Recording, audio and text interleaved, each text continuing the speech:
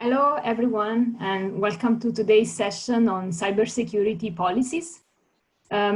Thanks all for joining us, and thank you to the amazing speakers and moderator today, Varun Vegas from Roche Diagnostics, Manan Hati from Stryker, Danny Vankesh-Saver from Draeger, and Sandeep Shah from UMA, and Paul Shua from BD.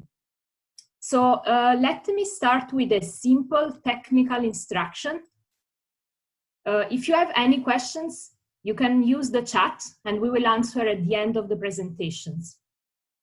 So just to let you know that this is an initiative that is part of the APACMed Digital Health Committee. As many of you know, this is a committee that was created a few months ago, and we have now nearly 100 members from more than 30 companies, multinational companies, SME, and startups. So we have two objectives: create, share, and structure knowledge around digital health, and of course, advocate for regional policies in the region. So we are working on several areas in digital health, and today we are going to tackle cybersecurity. So I would like now to introduce Paul from BD, who will give you some opening remarks. Paul, over to you. Hi, good morning, everyone. My name is Paul Chua. I'm the Product Security Officer of Greater Asia BD. My job is actually to run our product security program in Greater Asia. Well, I was just commenting to the rest of the panelists that it's good to wear a shirt. So I guess I hope that all you guys are all safe and staying safe and well. So let us begin with to actually paint the background of why cybersecurity or product security is so important. So if you look at the current the current business challenges we have for cybersecurity, so we have lights of regulatory compliance, security incidents, and then after that you have incident response, vulnerability management, and the healthcare organizations are doing procurement, and on top of procurement there's still the IT security requirements from the IT department, and if you are using third-party softwares, then there will or your own software, there will be the issue of patch management. And if there's a vulnerability, you have to talk about vulnerability disclosure. And on top of that, a lot of the healthcare organizations through the years, they have issues managing their assets. And of course, this will lead to end of life of equipment and some legacy device that they have to support, right? And all these are part of business challenges of cybersecurity. It's not a simple just update your antivirus software and solve it all. There's a lot of multifaceted issues that we have to take care. Next slide, please. Okay, so what I will also like to give some attention is to a lot of times in the course of our work, we are being asked questions about privacy and how does security relate to privacy. So put it simply, right? If you look at this from the diagram from the slide, privacy is like a blind, right? Where you prevent others from looking in. Right? Our product cybersecurity is putting a grate on top of the blind, so preventing others from breaking in. So we sometimes we have to put a differentiation, but in the course of our work, the issues might be intermingling because of GDPR issues, because of localization of data issues. That's product security, cybersecurity has to work in tandem with privacy. Next slide, please. So product security, when we implement it, we want to strive to secure products in the following three what I call axioms that we adopt. Right, we want to secure products by design, meaning that when you design the product, you must have the security in mind. And in use, so when they are used in the customer environment, somehow you have to integrate them into the customer environment and make them secure. And through partnership, that means you must work with the whole ecosystem to ensure that there is information sharing, vulnerability disclosure, and work together to make the MedTech cybersecurity environment more secure and more robust. So that's why on top of that, everyone I would say in this industry, we strive to be a trustworthy partner for our customer, and to be transparent and have accountability for how we do business in terms of cybersecurity within the industry. Right. So if there's one takeaway from this conference, just remember, we want our products to be secure by design, in use, and through partnership. Next, please. Okay, this is a product security framework from BD. We are actually about 5 years into our product security, or 5 coming to 6 years in our product security program. We are still in, I would say, the mid stages. We are doing a lot of things well, but there are still a lot of improvements that we humbly say that we strive. And if you look at this, this is actually also a framework adopted by FDA, and FDA has actually been hosting our product security framework on their website for the past 3 years. So I think we strive to formalize our processes, make them verifiable, make them repeatable, and to have a continuous improvement on product security, and have accountability be traceable in what we do and how we implement our codes and security, right? So that will level set what we need to discuss for now. And we have a very good panel of experts that we have assembled from this working group. We have, they will introduce themselves as we go. But just let me tell you that we will be going through the regulatory side of things, the engineering side of things, and the framework in details, and also a perspective from small medium enterprises, SME. And finally, we will come to the Q&A. And I would actually urge you guys to, urge all members to type in your questions into the chat box so that we can query our panel experts later. So this, and hope that this will be a very vibrant and robust discussion at the end of this seminar. Thank you. Pass over to you, Varun. Thank you so much, Paul. Thank you for the wonderful context setting. So my name is Varun Vegas. I am the Regional Manager for Regulatory Affairs and Policy Asia Pacific for Roche Diagnostics. And today it is my privilege to be talking to all of you about medical device cybersecurity and the need for global convergence in regulations. So Roberta, can we just deep dive into the next slide, please?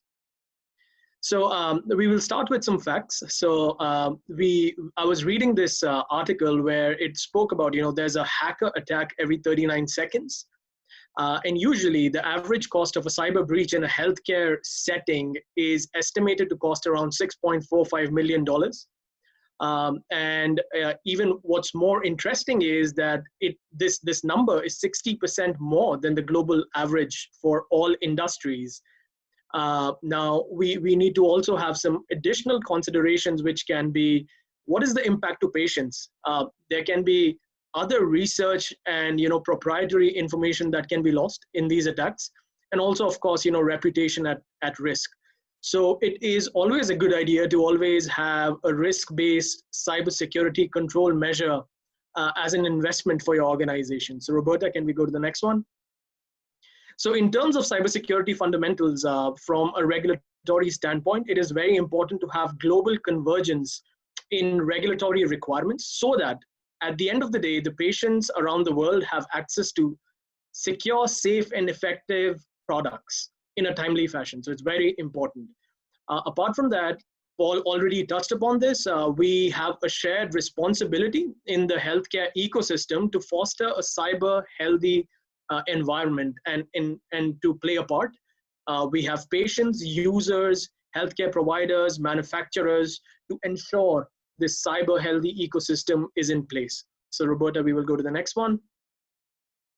So this is a cybersecurity heat map. It gives you a very high level visual representation of where regulations for cybersecurity stand in different jurisdictions around the world.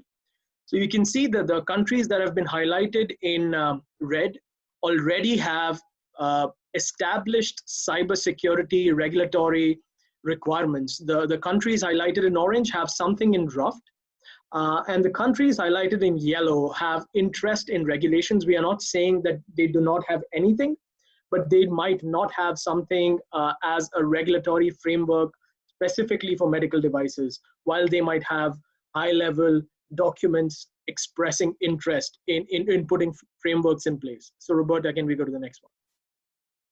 So this is also speaking a little bit more about the guidance documents itself. So this is always going to be in the slide deck. So I will just deep dive into the US FDA document now. So Roberta, can we go to the next one? So we will start with the US FDA. The legal authority at that drives the guidance is the Federal Food, Drug, and Cosmetic Act. There is a draft pre-market guidance that US FDA has already put out. This draft talks a lot about security by design and also making sure that, security is a part of, the development process. So US FDA has its direction set already for this pre-market guidance. It is also noted in this guidance that we must be able to show that mitigations were put in place and were also tested during the validation process also. So US FDA encourages organizations to use tools like threat modeling for risk assessment, common scoring systems to assign a score to these cybersecurity vulnerabilities. Also look at having some design changes and mitigations to address the cybersecurity vulnerabilities, and then tying it all back to your risk assessment in your design process itself. The pre-market guidance also makes references to what your responsibilities are from a post-marketing plan perspective. That includes servicing, patches, and updates to your existing software and system. There is also references to be able to track softwares and versions. So this reference is about the software bill of material. And this is also pretty prevalent across a lot of cybersecurity regulatory documents that we are seeing around the world. US FDA is also encouraging manufacturers to engage in collaborative and coordinated approach to information sharing through organizations that we refer to as ISAOs, Information Sharing Analysis Organizations. So from this, we will transition into the post-marketing guidance. Roberta, thank you. So in the US FDA has already a final post-market guidance document. So this document talks about organizations needing to continuously monitor cybersecurity information and identifying and detecting vulnerabilities and risks. It is also setting direction that organizations have to maintain robust software lifecycle processes to maintain vulnerabilities, cybersecurity risks, not just in in-house products, but also third-party software that organizations are using, making sure that any off-the-shelf software is also fair game in terms of risk mitigation when we are looking at cybersecurity from a holistic point of view. There is also onus on manufacturers to make sure that there are communication processes in place. This is all about complaint handling. How are you making sure that complaints are coming in and being documented, and then what is an adverse event, and how are we going to ensure that these adverse events are reported back to regulatory agencies or healthcare authorities in different jurisdictions. So of course, threat modeling is a concept where, US FDA is pretty clear. We will not do risk assessment just once, but this has to be an ongoing process of your product lifecycle. We need to continuously learn about new vulnerabilities, make sure that this is also incorporated in your design process. And we are continuously adapting to make sure that, we are staying ahead of, these cyber vulnerabilities and risks as well. US FDA also talks about, making sure that there is a lot of coordinated vulnerability disclosure, that we will continue to see that this is a very recurring theme in almost every regulatory guidance that I will talk about today. The risk-based strategies, the risk management strategies in the post-marketing guidance for the US FDA are mostly leveraged from the NIST framework. So Roberta, can we go to the next one, which is talking about the EU law and guidance? So in the European Union, the legal authority is the Cybersecurity Directive. We also call it the NIS Directive. This was the first EU-specific legislation that came out around cybersecurity. While this was not limited to healthcare, but this was a broad legislation for cybersecurity across industries. Now, the member states in the European Union were encouraged to transpose this directive into the national laws and also identify operators of essential services. So now we will be sharing this slide deck later with all of you. I have provided a hyperlink over there where you can click in and go and see how every EU member country has implemented this directive. And additionally, there's of course the MDR regulation and IVDR regulation, which talks also in a lot more detail about the cybersecurity implementation in the European Union. So Roberta, can we go to the next one?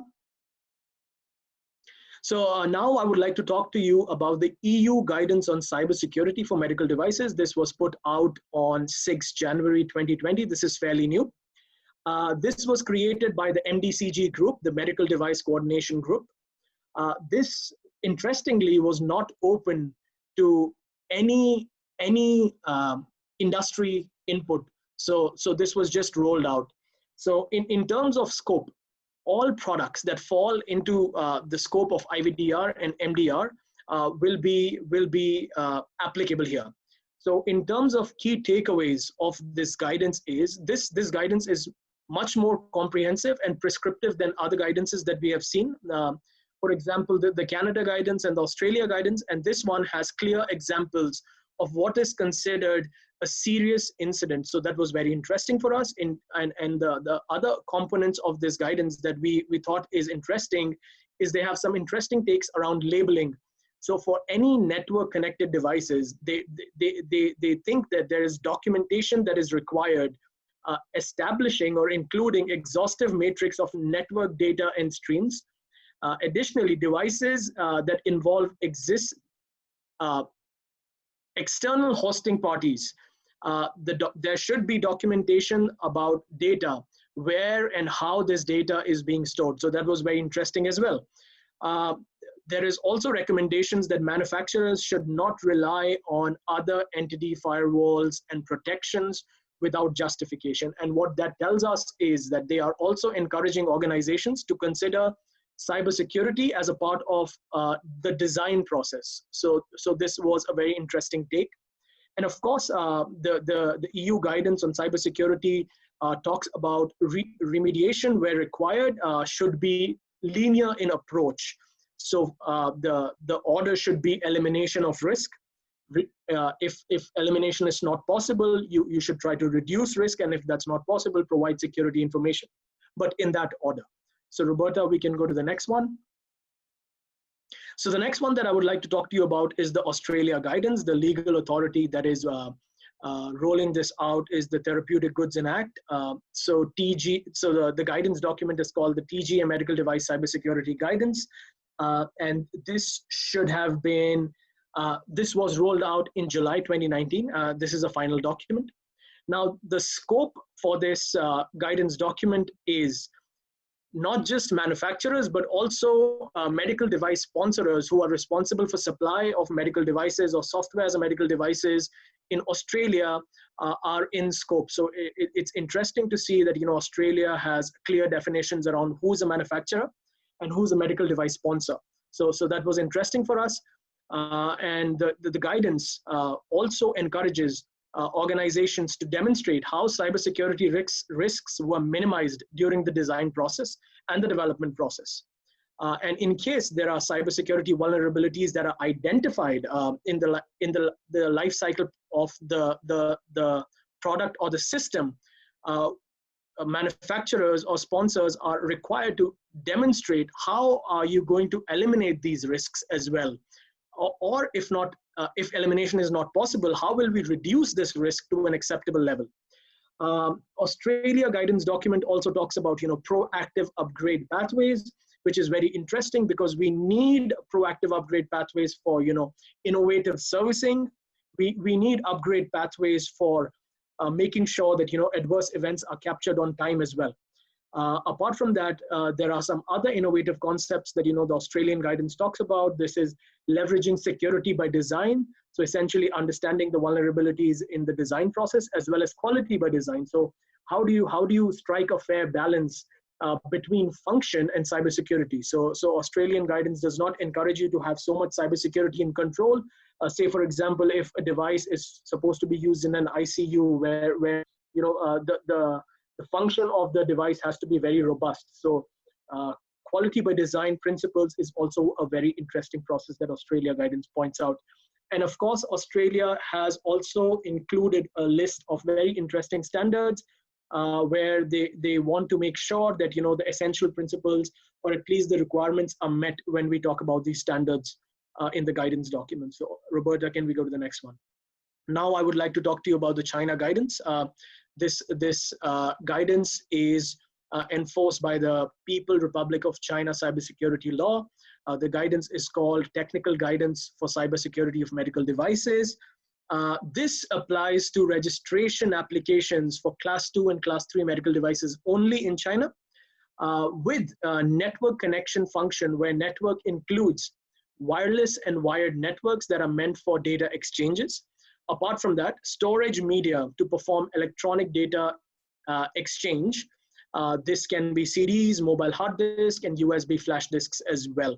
Now, what we think is this is a fairly good document. It's very descriptive, and it employs a risk-based approach based on intended use, the operating environment of the medical device itself, the core function of the device, and the expected connected equipment or system. So if we look at it, it's taking a risk-based approach because it is looking at the intended use of medical devices. So not everything will be one size fit all in China, and that is a very good take in terms of a cybersecurity approach that the Chinese government has taken.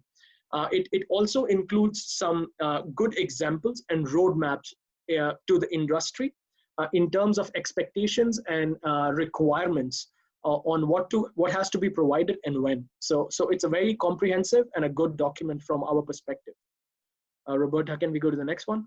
Now, the guidance document that probably has the biggest ripple effect in Asia would be the IMDRF document that was finalized very recently in a few months ago. Now, why I say this will have the largest ripple effect is because we have 5 member states in Asia Pacific that are IMDRF members. So Australia, Singapore, Japan, China, and Korea.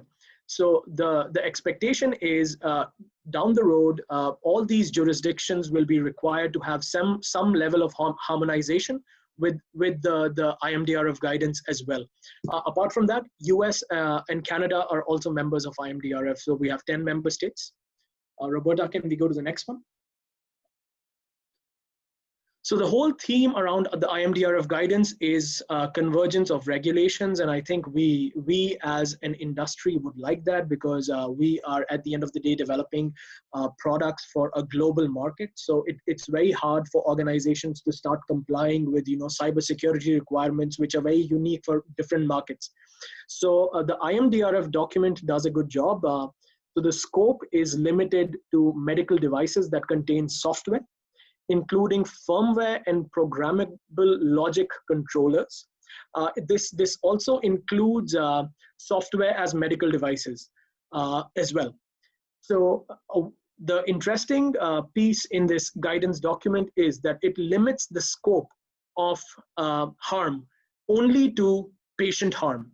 And this is very unique about the IMDRF document.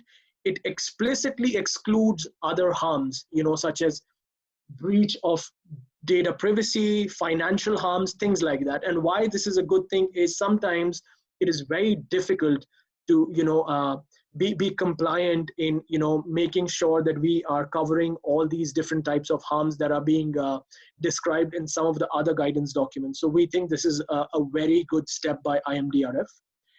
In terms of general recommendations in this guidance, it is recommended that manufacturers employ a risk-based approach to design and development for cybersecurity measures.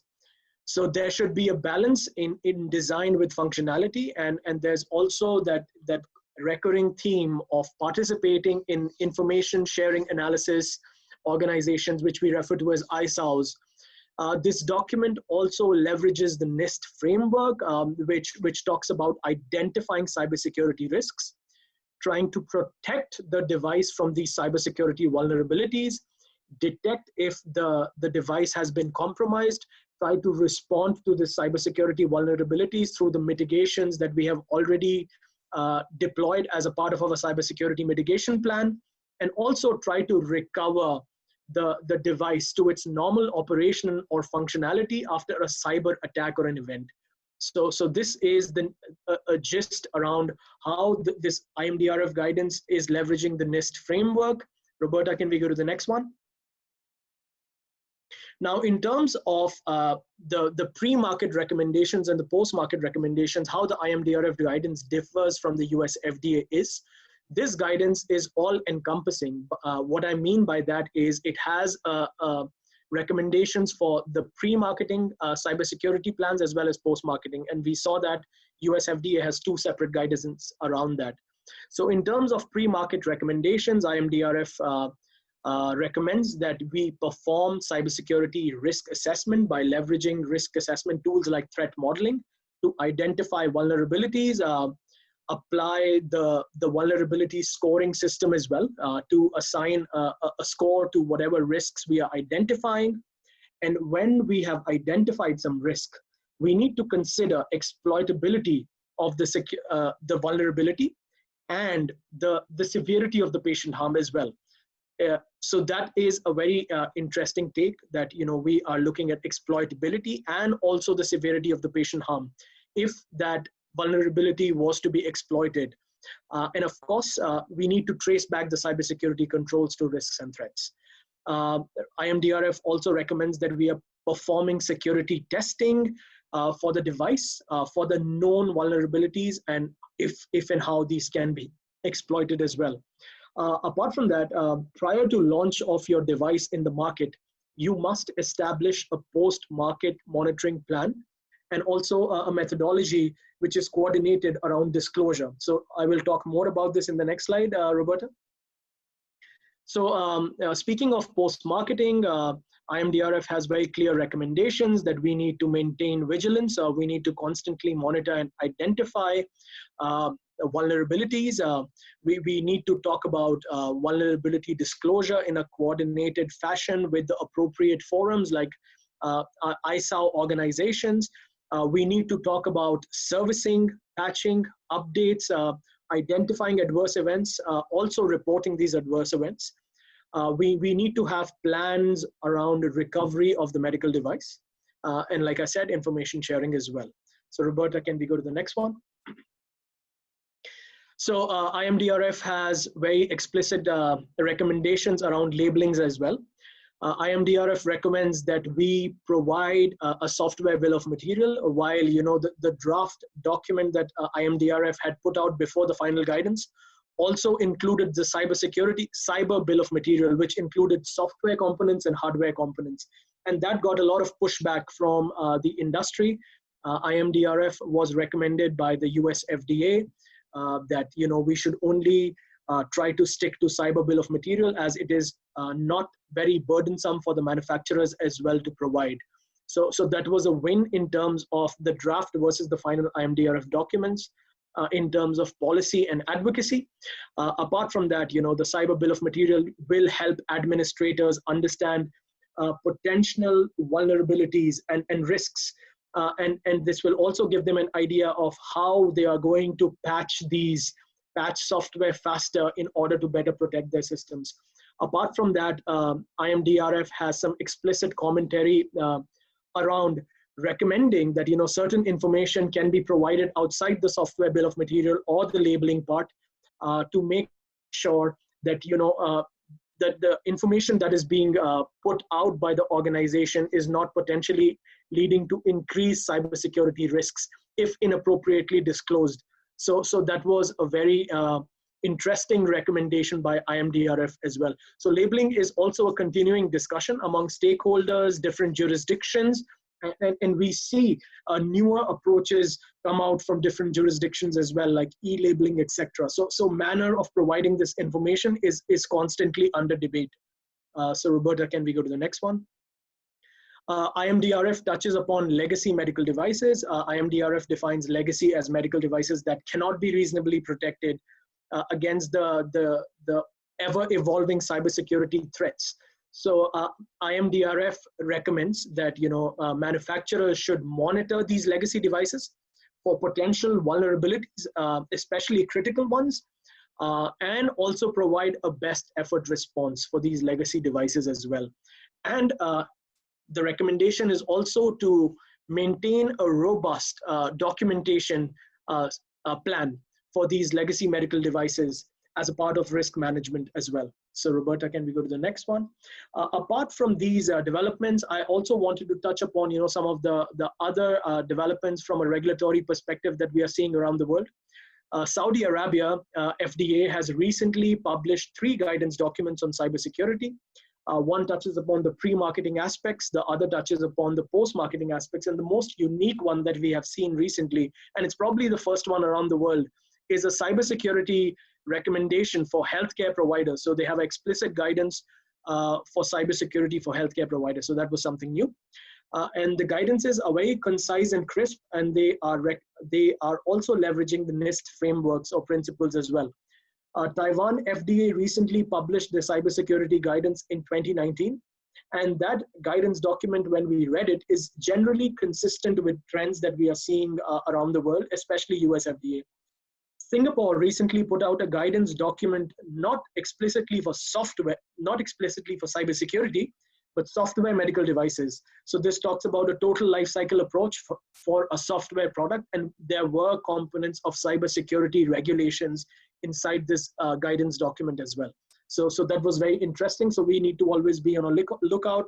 These guidances are showing up, but not necessarily explicitly as cybersecurity guidances as well. So we can go to the next one, Roberta. So apart from cybersecurity conversations around medical devices, from a Roche perspective, we are also cognizant that cybersecurity has applications in many other different areas, and this can be generation of real world evidence, because we are using a lot of artificial intelligence. So cybersecurity has definitely implications in real world evidence. We are also leveraging artificial intelligence, algorithms, keyword searches for adverse event reporting. And of course, cybersecurity is playing a heavy part in adverse event reporting as well. Our logistics track and trace systems are using some advanced artificial intelligence systems. And of course, cybersecurity is also playing a part in in the logistics worlds in Roche as well. So this is just some additional information for the members as well. So next slide, please. Now, I'm sure, that's a lot of information for everyone, and I'm sure some of you even feel overwhelmed and confused. Some of you probably don't know where to start. So, the bottom line is that, we are essentially global organizations, and we are trying to, put out products that is essentially for all markets, and it's very difficult to start complying to so many regulations around the world. So how do we do this? So what we have tried to do is, Roberta, if we go to the next slide, we have tried to boil all of this information down to a least common denominator, which makes sense to most of the audiences around the world. At least at Roche, we look at it from this angle. What are the commonalities in some of the regulations that I have spoken to you about? What are the common trends that we are seeing around the world from regulators and IMDRF? So if we go to the next slide, what we are seeing is there are certain trends, and I will try to walk you through these trends now. So in terms of design controls, health authorities around the world are expecting cybersecurity to be a part of design control and risk analysis. I think that is very clear. That is a common theme around the world. And authorities are also acknowledging that cyber risks vary greatly. So one size will never fit all, say for a medical device or an IVD.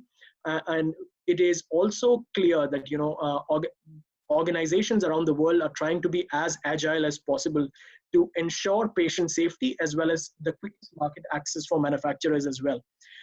And that being said, considerations for cybersecurity should exist in the design and development process.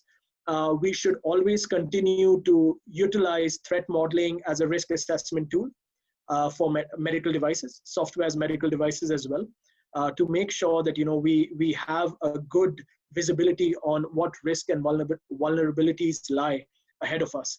Of course, leveraging the common scoring system to rate some of these cybersecurity vulnerabilities, and also utilizing the concept of patient harm, and as and when these cybersecurity vulnerabilities are exploited. Apart from that, authorities are also pushing for testing out these controls or cyber controls in the mitigation process itself during the validation of these controls as well. So Roberta, can we go to the next one? In terms of the post-marketing plan, the common themes include that we need to make sure that there is continued monitoring, response, and disclosure. We have to make sure that organizations are participating with some ISA organizations, information sharing analysis organizations, and we have plans for how do we update and patch our softwares or medical devices. Of course, there is a lot of trend between cross-jurisdictional disclosure of information. So for example, Health Canada and US FDA are always exchanging notes on vulnerabilities, etc. We need to have robust systems in place for complaint handling. How do we investigate these complaints, and how do we make sure that adverse events are reported on time? Roberta, can we go to the next one? Labeling, like I said, is an ongoing discussion around most jurisdictions.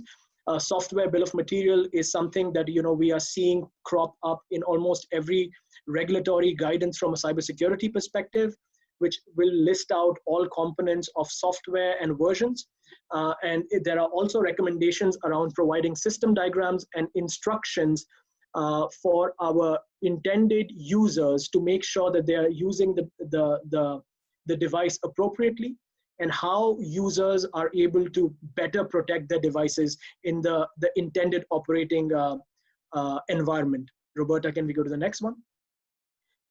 Adverse event reporting is not as clear because while IMDRF only sticks to patient harm as scope, European Union and Australia have some more recommendations around what harm can mean. So it's beyond patient harm as well.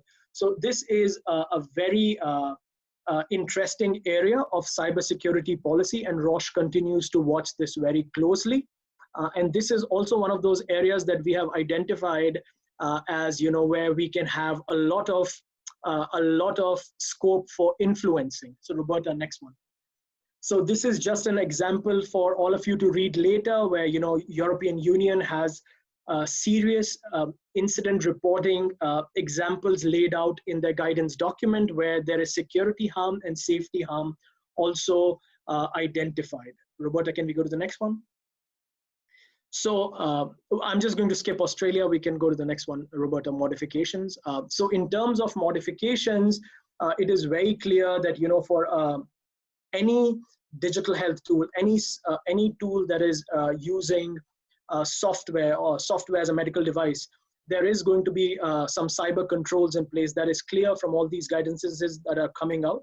But we need to make sure that the change management processes that we see in these guidance documents are agile enough to help us make these changes to the design process and rolling out these hot fixes a nimble process rather than making it burdensome.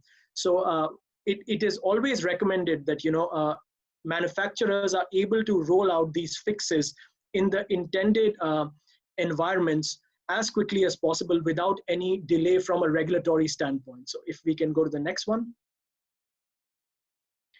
Regarding legacy products, we already touched upon this. IMDRF recommends that we apply a risk-based approach when we are dealing with legacy products. Manufacturers are recommended to make a good faith effort towards mitigating these risks as well. And apart from that, we all share a shared responsibility in this ecosystem. And we have to make sure that we are documenting, we are maintaining robust documentation for our legacy devices as well. So that is it from me, and I will hand it over to my colleague, Manan, and he will talk to you more about cybersecurity at Stryker. Thank you. Thank you, Varun, and good morning, everyone. And Paul mentioned that it is great to wear a shirt. Well, I threw in a jacket and tie as well. I am the global process owner for digital health regulatory policy at Stryker. As part of this role, I also serve on the corporate product security core team as a product security software regulatory lead. The core team is responsible for establishing security policy for Stryker based on the regulations that Varun just did an excellent job of giving us an overview of. So it is my pleasure to talk to you about how we implement security at Stryker. Next slide, Roberta. So before I get into that, how has security evolved over the years, right? So when you look at security in the past, it was followed more of the M&M model. So if you ask somebody a few years ago in the medical device space on what do you do for security, they'll be like, oh yeah, we have a firewall. So you have this somewhat hard outer layer, but if you can get past it, you have all the delicious goodness available to you to partake of and enjoy, right? Versus the future where we are going towards now is really more the onion model, is just adding more and more layers. This is the concept of defense in depth. You're adding more and more layers of security between the medical device and the data that you're trying to protect in the outside world. The concept being that there is no 100% secure product, right? The idea is to really raise the bar and make it more and more difficult for the bad actors to get in, so as to basically mitigate your risk of actually having vulnerability exploited. Next slide, Roberta. So when we talk about security requirements, I really like, I think Varun mentioned the MDCG guidance. I really like this picture that's in the MDCG guidance, and it really lays out in one small picture on what are the requirements that we need to follow throughout the life cycle of a medical device. And it takes it ties it back to the IMDRF regulation, and which is the requirements are taken from the Cybersecurity Act, the NIS, as Varun was mentioning. So I really like it from that perspective. It really tells you what we need to do for security perspective, as in terms of how we need to address security. It doesn't go into that specific detail here. For that, if you go to the next slide, it was really, if you go to the next slide, Roberta, it really brings in the document that we have from the Healthcare Sector Coordinating Council, which is called the Joint Security Plan. This was actually authored by medical device manufacturers, FDA regulators, as well as actually healthcare delivery organizations together, that's why it's called a Joint Security Plan. And it really lays out a complete total life cycle framework on how do you handle security throughout the life of your product.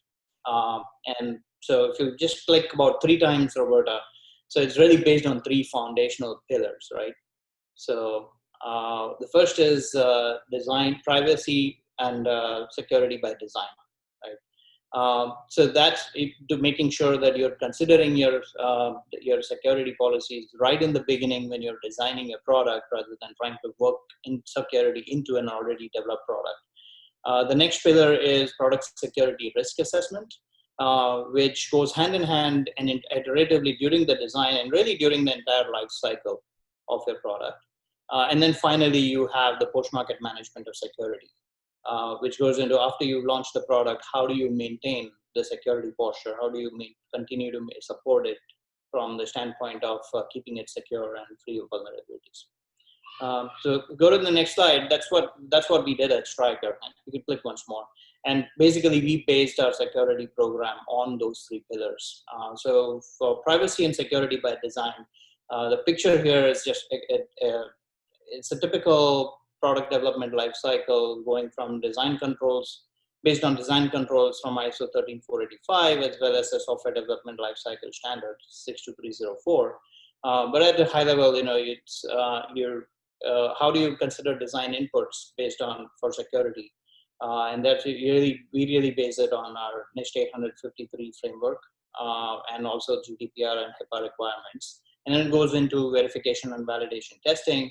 How do you test security into your product? Test your mitigations that you put in place through this risk assessment. And then finally, you have a bunch of design outputs related to security. And not only do you have a secure product, but you also have security documentation, as was mentioned on the security bill of materials and standardized customer security documentation in MBS² forms. Really, the key point here is we want to incorporate security and privacy capability really early on into the design process in order to maintain the triad of security, which is confidentiality, integrity, and availability. So next slide. And then we will talk about the product security risk management, which is really based on our MDR 57 and the 830 framework. We really use the common vulnerability scoring system as our baseline for assessing vulnerabilities. And if you go to the next slide, the key aspect here is what is the difference between, because I mean, medical device manufacturers have been doing risk assessment for time immemorial, right? I mean, for a long time, we have always been doing risk assessment. But what is different here from a security perspective? How is it different, or is it different, right? So if you look on the left-hand side, that's our traditional risk assessment model, that you have a medical device that the doctor is using to treat a patient. And if that device were to malfunction for any reason, then we need to make sure we have mitigations in place in order to prevent that malfunction from causing a harm to the patient. So it's really, you're protecting people from malfunctioning devices. Whereas if you go to the right-hand side, you have a device that for all intents and purposes, you're assuming it's working as intended, but there are bad people who are trying to compromise it. It's a confidentiality or integrity or availability in order to potentially cause harm to the patient. So you go from protecting people from malfunctioning devices to protecting devices from malicious people. So if you go to the next slide, it's the principles that we use are based on the requirements as mentioned, right? Threat modeling. Like we do threat modeling, we use the common vulnerability scoring system. We are going towards actually using a standardized threat modeling based on STRIDE, which is essentially a standard that the name of it is all of the different techniques that hackers can use to compromise your device. We also make sure that in our, because I think rarely there will be a software product that wouldn't have used some sort of code from a supplier or a vendor.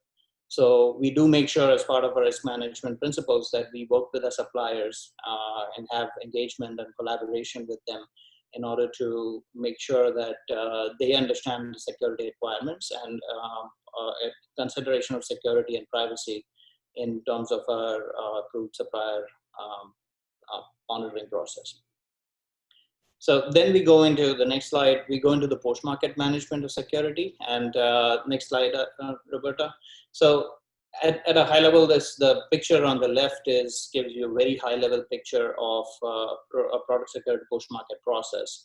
But really there are three of main elements here, right? So one thing is inputs of potential vulnerabilities. So we obviously have the standard complaint handling process that we do, and but for security we need to go and look beyond that, and we need to do our own internal surveillance of periodic monitoring and scanning of the products for security vulnerabilities, and also researchers. There are researchers out there that are with the intention of keeping products secure. They are actually doing vulnerability scans on products in the field.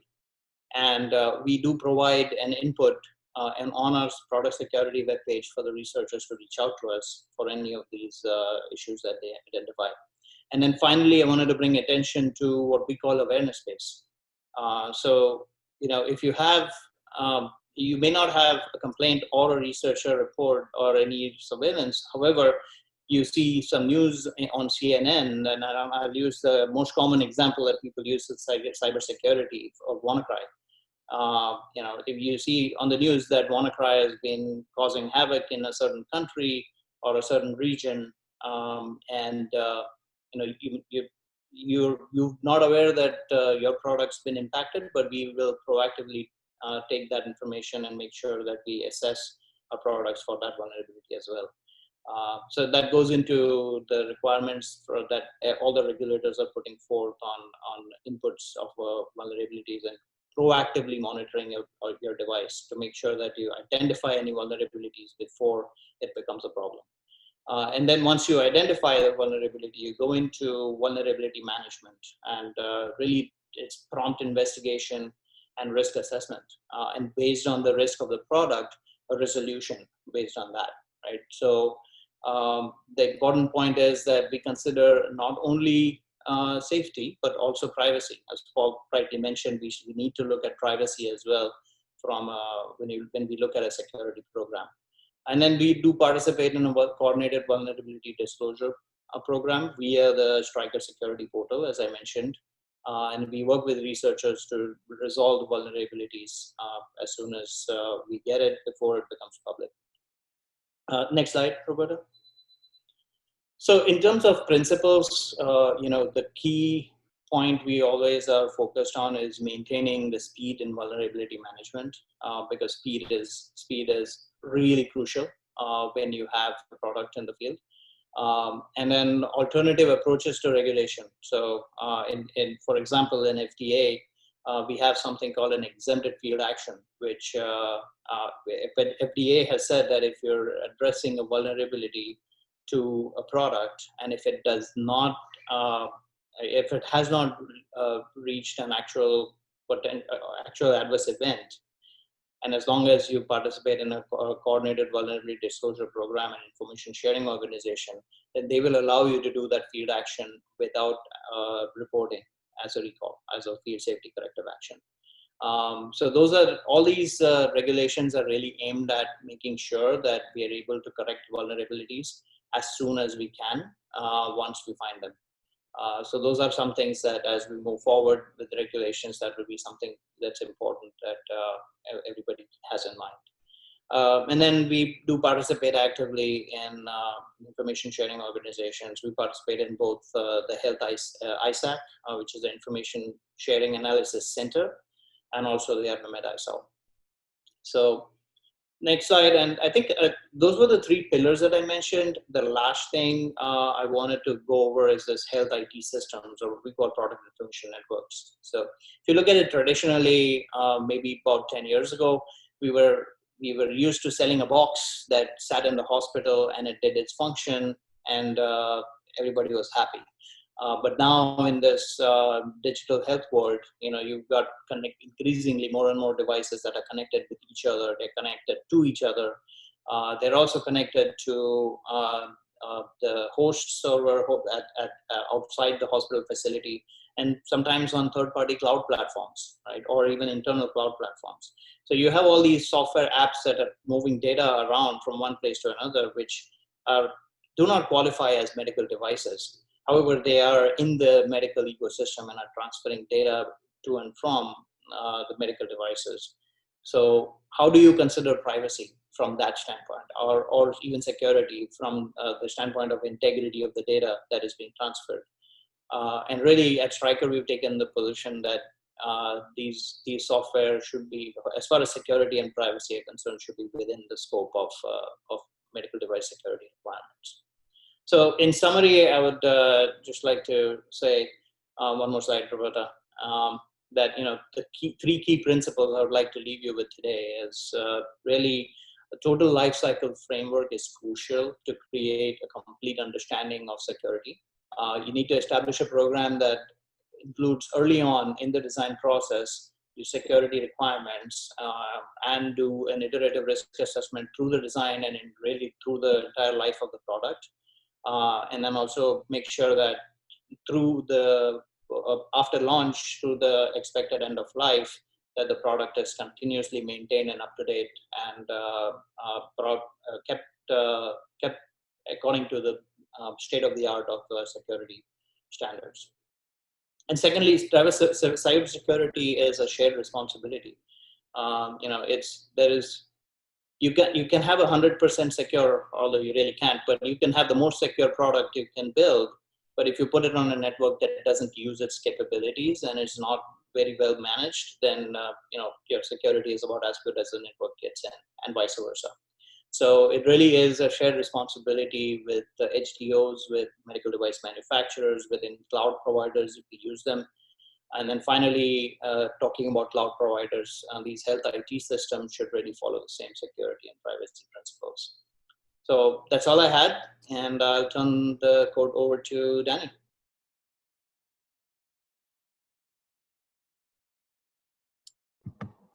So thank you, everyone. My name is Danny van Kerschouwer. So I'm Director for the Systems Center Monitoring IT and Systems for the region Africa, Asia, Australia. Looking also on the cybersecurity and product design. So next slide, please. So as we already said before, cybersecurity is not just a one-time shot in the development process. It's a continuous process where we focus on people, on policies, architectures, and products. So it's a continuous process that we having in the life cycle of our solutions. Next slide, please. So as we already said, and then we also had Manan also had a quite interesting exposure on this.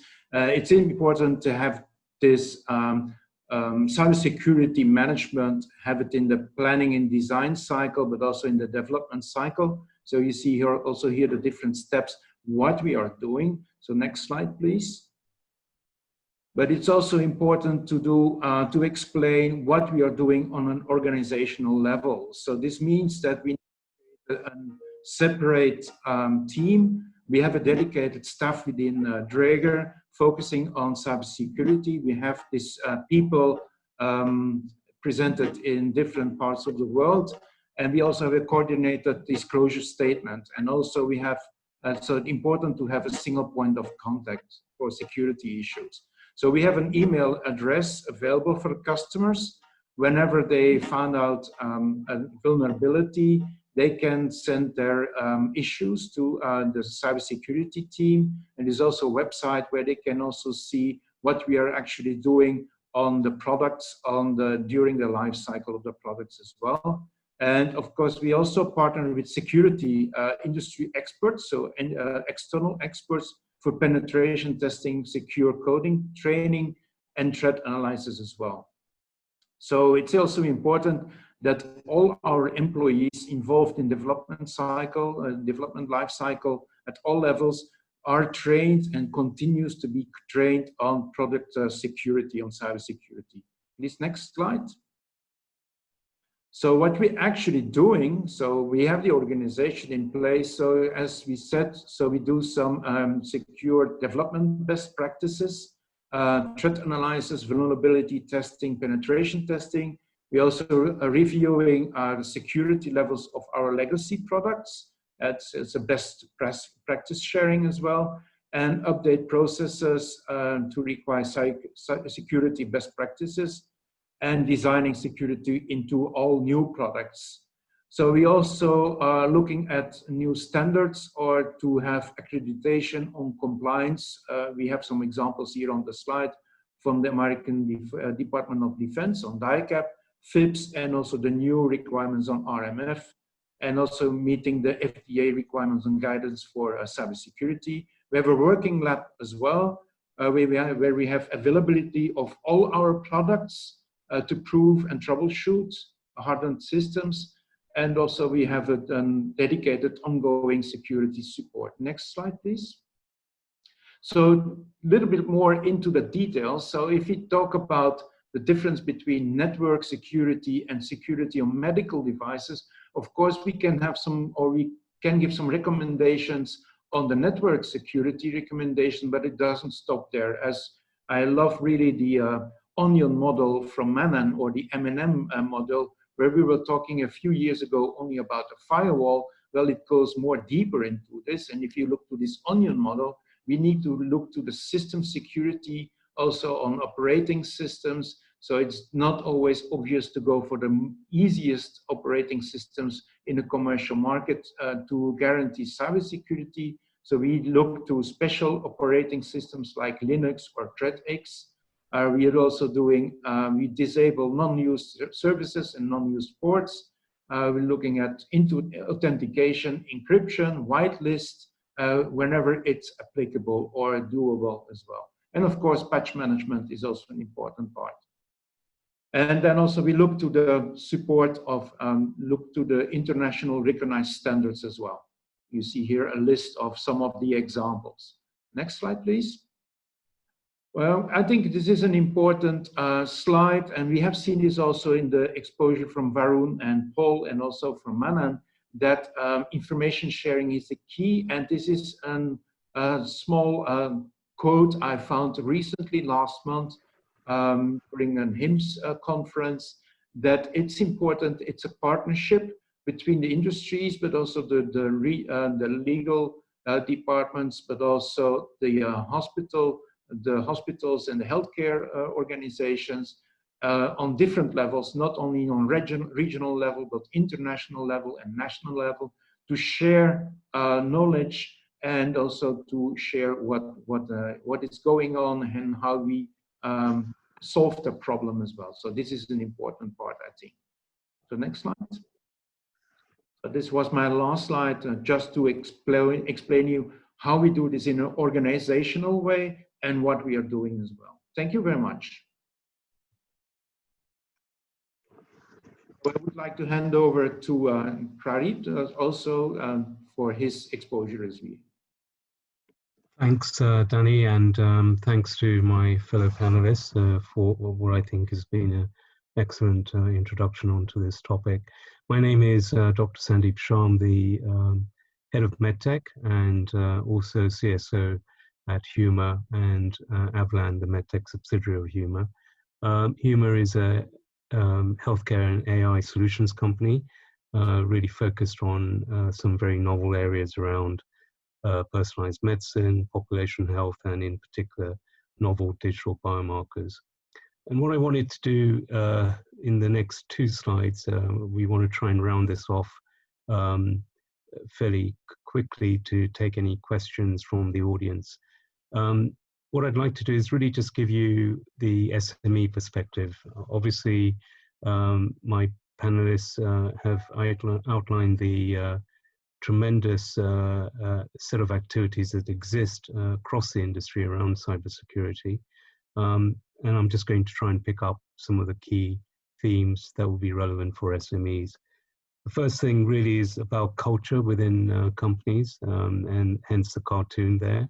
The culture of hear no evil, see no evil, etc., is really not applicable in today's society. We have extremely important cybersecurity issues operating in the medical device and digital healthcare arena, and therefore having the right corporate culture focus is important, particularly because of the rapidity and multitude of new guidance, regulation, and the complexity around these regulations that are emerging in this context.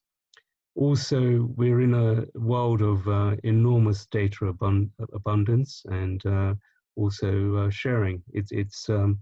It's really notable to understand that we expect by 2025 over 75 billion healthcare devices will be connected to the internet. And if you just stand back and think about that number and think about the consequences, it's quite considerable. So getting things right around cybersecurity is also important to mitigate against costs to the business and reputation, but it's also about engendering a internal confidence in our operations and also external confidence. And that, as my colleagues have said, really involves looking at the whole product lifecycle, including particularly our activities around security by design. So on the right-hand side of this slide, you'll see all of the key developments I'm not intending to go through them. I think Varun in particular has done a great job in going through all the regulations, as has Manan and Paul and Danny. But just to highlight that in the region, IMDRF is, I think, a very useful document in respect to some of the key themes. And they have all these sets of legislation are worth reading, in my opinion. Obviously, depending where you operate, you must comply to the regional discrepancies within these regulatory sets. An example being the NIS framework that Varun mentioned. Just some highlights on this. In the world of digital healthcare, the importance of cybersecurity extends also into the capture of real-world evidence, and that reflects how we look at the quality of data and extracting value out of that data, including in relation to PROMs and PREMs, both the outcome and experience elements of outcome data, and how this works in the predictive analytics agenda. The highlight here for this audience is that also poses enormous new cyber challenges, which again, the industry is now beginning to understand. And the purpose of the picture there of the iceberg is that actually what we see in the industry, what we understand is just the tip. And there's a lot more, and there's a lot more to be uncovered, and therefore the regulations and the operations will evolve. Moving on to the left-hand image there, I'm just trying to identify the importance of data in the context of the issues around cybersecurity with medical devices in the new world that we operate on, and the interdependencies around different customers and companies, and key interoperability issues, ensuring that data structure, data standards, semantics really facilitate safe and secure data exchange. This is even more important when you put AI and ML into the equation in this new age of personomics and citizen-centric data exchange and ecosystems, particularly in healthcare delivery and also in clinical trials. So again, getting this right with the total product lifecycle approach is important. Move on to the next slide, Roberta. So finally, just some highlights, and not intending to cause too much alert, but actually software and security issues are the biggest common cause of recall around the world, particularly with the FDA over the last 3 years. And just as by way of example, in Q4 of 2018, over 45 million devices were recalled just due to software and security issues. So for our industry, this is a very critical matter. I'm glad that we're getting it right and doing things much better than a few years ago. Again, threats emerge and have to be contained as they emerge. So it's essential to build into design control, as Paul and Varun mentioned, and Manan, by secure by design approaches, and particularly paying attention to risk analysis, and IMDRF particularly refers to that. But it's also important to take the continuous risk assessment approach throughout the development cycle, and also particularly in DevOps operations, and look at the whole approach as a continuum in order to ensure cyber hygiene. We've discussed today the idea of asset management, but we also need to think about how we look at the entire supply chain and how we ensure we've got resilient networks in terms of data interchange. And then finally, the key points are about getting the culture and attitude across the C-suite in any organization focused on cybersecurity, with a attitude of ownership and also a focus on constantly looking for problems, vulnerabilities, and eye on detail. So implementing for SMEs a proactive cyber response management program is critical. but so is at board level and across the C-suite cyber leadership. And that's the only way to deliver cyber resilience. Just one thing I'd like to say, finishing things off, is that data is indeed the new oil, as many people say, but it needs to be captured, curated, transmitted, analyzed, and reported in a very cyber secure, safe way. And cybersecurity, therefore, is never a destination. It is a constant evolving journey. So with that, I think I'll hand over back to Paul, and I think we'll be taking some questions. Thanks, Sandeep. Hi. Yeah, well said, right. Cybersecurity is a team sport, right? Information sharing is key. And so you can see that our panelists are all very passionate about sharing their knowledge here. So that's why I think we are overrunning in terms of time. We have many questions, and so we probably cannot answer them on this webinar. And we'll follow up after the webinar, probably via email or some form of other broadcast. So but let us go to some obvious questions, what we call the elephant in the room, because many of you have asked about vulnerability disclosure. Right. There are many types of, so question one, there are many types of vulnerabilities. Some are serious, some are minor. Does cybersecurity vulnerability identified requires vulnerability disclosure? Is there a vulnerability classification model to determine actions required? And should vulnerability disclosure be executed as a field safety corrective action or field executed as a kappa? Right, guys, maybe Manan or Varun, would you like to take a stab at this? Sure, I'm sure I'm unmuted. Okay, I can go first. I think, the short answer to that question is yes to everything, right?